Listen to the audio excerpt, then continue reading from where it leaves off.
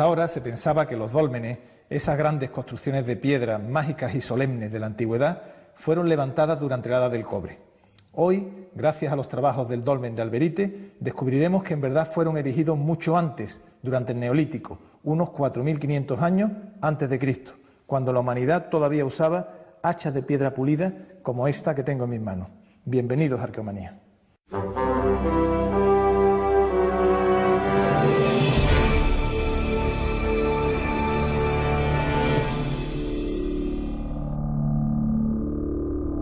El megalitismo en la península ibérica ha sido un fenómeno plagado de dudas desde hace décadas. Se le atribuyó un origen mediterráneo, pero hoy en día esta hipótesis está en tela de juicio.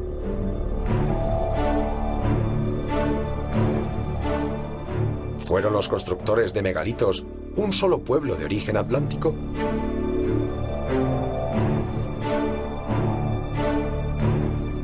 Los megalitos del sur de España se construyeron en el quinto milenio antes de Cristo, unos 2500 años antes de las pirámides de Egipto. Hasta ahora, la historia nos decía que hace 6000 años, en la península ibérica, no se habían desarrollado sociedades complejas. Aquellos hombres habían abandonado la caza para empezar a establecerse en los campos y cultivar. Eran muy primitivos, tribales, desorganizados. Todavía faltaban 2000 años para ver una sociedad formalmente constituida. 2000 años para acercarnos al desarrollo de otros lugares del mundo mediterráneo. Es un monumento muy destacado, de unas dimensiones, como he comentado, muy importantes. Es un dolmen de galería o largo corredor. Tiene aproximadamente unos 20 metros de desarrollo longitudinal y viene, pues, digamos, compartimentado por esta serie de jambas, ortostatos transversales que van marcando una serie de espacios hasta el espacio final de la cámara, que es donde está propiamente el enterramiento. Las primeras prospecciones, siempre llenas de dudas, anticipan algo maravilloso. En la campiña gaditana ha aparecido un dolmen de dimensiones extraordinarias. Estamos en 1993 y un grupo de investigadores jóvenes, pero con las ideas claras, por así decir, con un método en mente, se hacen cargo de la excavación. Todo se hace con rigor desde el principio, con paciencia. La excavación, la verdad, todo el equipo, que además fue un equipo bastante extenso, de aproximadamente unas 40 y tantas personas, lo recordamos con mucho cariño, pues fue la verdad, un plan casi heroico, y la verdad que con mucha ilusión en aquel momento, porque veíamos claro que era un monumento muy destacado, ya casi desde el principio, y sobre todo porque se nos ponía en nuestras manos la posibilidad de aplicar las metodologías de estudio del siglo XX. El lugar elegido para levantar el dolmen no es casual.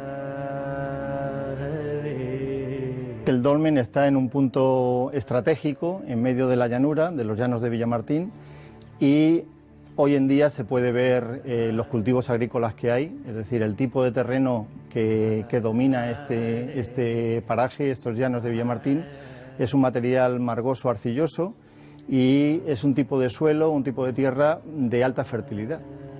La cámara funeraria albergaba objetos de prestigio, suntuarios, objetos que la comunidad había ofrecido a los ocupantes de la tumba. ¿Quiénes eran los propietarios de esa morada eterna? El estudio antropológico determinó que eran dos individuos de sexo masculino, de sexo femenino, un poco mayor el hombre, pero en edades jóvenes como son las de esperanza de vida de esos momentos, ¿no? La mujer prácticamente no llegaba a 20 años y el hombre de una mediana edad, ¿no? Es decir, son datos habituales. El hecho es que representan un ancestro común, que se identifican ellos con el ancestro de la tribu, con el ancestro de esa base de formación social tribal. Pero esos individuos tienen objetos que son de prestigio y que genera al colectivo un gran esfuerzo, porque conseguir comprar o adquirir esos objetos en redes exteriores les debía de representar un gran esfuerzo a la comunidad. Por tanto, hay todo un trabajo de toda la base social. Ellos son los referentes, quizás todos trabajan todavía para ese referente tribal, pero ahí está el germen de esas desigualdades. Tras un primer análisis visual de las piezas funerarias, los investigadores sospechan de la procedencia de los objetos suntuarios aparecidos en la tumba. Entonces comienza el trabajo de arqueometría, un trabajo que se prolongará durante más de 15 años. La arqueometría, o arqueología científica, se fundamenta en el análisis químico de los materiales arqueológicos para establecer su composición y procedencia. En la Universidad de Cádiz, Salvador Domínguez Bella realiza este trabajo. En un primer momento se procede a una inspección ocular de la pieza. Después, se continúa el trabajo en el microscopio convencional. Las imágenes obtenidas, de una gran belleza, permiten una primera identificación de los materiales. A los investigadores de Alberite les llama la atención especialmente dos piezas: un collar de cuentas y un enorme cristal de cuarzo. Uno y otro, el collar y el cristal de cuarzo, junto al resto de materiales del ajuar funerario, se someten a la observación al microscopio para establecer su composición. El collar presenta cuentas, las pequeñas piezas que se engarzan para formar el collar, fabricadas con variscita verde. La variscita es un material exótico en esta parte de la península. Solo existen yacimientos al norte de la provincia de Huelva, en Gavá, provincia de Barcelona, y en Zamora. Cuando se analiza el espectacular bloque de cuarzo tallado, se llega a una conclusión sorprendente. Procede posiblemente de un yacimiento en la Sierra de Madrid. Esto significa que ha existido una forma de comercio o de intercambio de materiales entre comunidades humanas muy alejadas geográficamente, lo que lleva a los científicos a plantearse la existencia de rutas de intercambio. Estamos ante el nacimiento de una forma primitiva de organización social, casi en el origen de un Estado. A fin de cuentas, en todo Estado se establece un orden social y formas de recaudación sobre el trabajo y la propiedad. Quizá la fiscalidad de entonces consistiera en aportar horas de trabajo o excedentes agrícolas. No se sabe. ¿Qué nos ha enseñado este dolmen en estos años también? Que los propios conceptos de la sociología, de la explicación de la sociedad, ha cambiado claramente. El tema es mucho más complejo y el tema marca una desigualdad clara. Quizá en relación a aspectos básicos, la propiedad de la tierra, que no todos sean campesinos, y esas especializaciones claras, ¿no? Puesto que fabricar varicitas, tallar, hacer las cuentas, tener expertos también en siles, expertos también en el propio ámbar, y los que mueven esos productos en esas redes son gente liberada del trabajo, puesto que en el inicio de las sociedades neolíticas todos son agropecuarios, ¿no? La propia construcción del dolmen reafirma esta tesis. Para ello es bueno hacerse una idea de la cantidad de trabajo realizada en el levantamiento del monumento. El dolmen presenta 35 ortostatos en los laterales, lo que vemos en los laterales, y hasta un total de 65 si contamos las piedras de cobertera que tapaban la estructura del pasillo del dolmen. En su mayor parte pues proceden de la zona del Rosalejo, las lomas del Rosalejo, que están hacia el este, los afloramientos geológicos, y que estarían aproximadamente a unos 3 kilómetros y medio del enclave de Alberite I. La edificación de estos megalitos, la tecnología empleada para construir estos gigantes de las llanuras, ha sido un enigma durante años. En el conjunto monumental de los dólmenes de Antequera han realizado un trabajo audiovisual de investigación que sintetiza las ideas manejadas por la comunidad científica durante los últimos años. Las conclusiones son claras. La mayor parte de los miembros de las sociedades neolíticas del sur trabajaban conjuntamente en la construcción de los megalitos, de los dólmenes.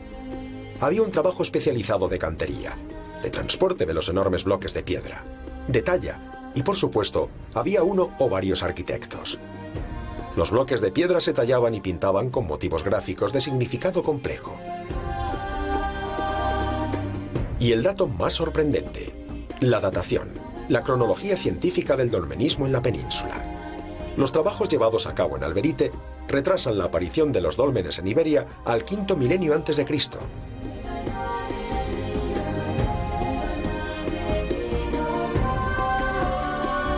La cronología del dolmen realmente se ha hecho con pruebas clásicas de carbono 14 o con carbono 14 con AMS, y bueno, se ha hecho sobre materiales pues como el carbón o el hueso de lo que se ha recuperado en el dolmen, y que nos han permitido pues establecer realmente la cronología de este dolmen. En el momento en que excavamos Alberite se seguía en los años 90 analizando el megalitismo como oriental, y con cronologías cortas. Por ejemplo, Menga se consideraba de la Edad del Bronce, del segundo milenio. Los millares estaban, como siguen estando hoy, en el cuarto pasa tercer milenio. Por tanto, la cronología que dio Alberite fue revolucionaria en su momento. Un 4300 quinto milenio antes de la era era bastante fuerte, pero rápidamente lo vimos en el contexto atlántico. En estos ortostatos de Alberite se plasman hachas del mismo tipo que las de Carnac en la Bretaña francesa. Las conclusiones de las investigaciones actuales dejan claro que el megalitismo peninsular no es de origen mediterráneo, como se creía hasta hace poco. Su procedencia es atlántica. Estamos ante sociedades que trabajaban la tierra y estaban organizadas. Sociedades que empleaban sus excedentes productivos en un complejo proceso de construcción de tumbas, que intercambiaban materiales o productos con grupos humanos establecidos a cientos de kilómetros. Sociedades con una fuerte creencia en el más allá, con una religión compleja que todavía se está comenzando a descubrir. La península ibérica está plagada de megalitos por todo su territorio. Falta mucho por investigar.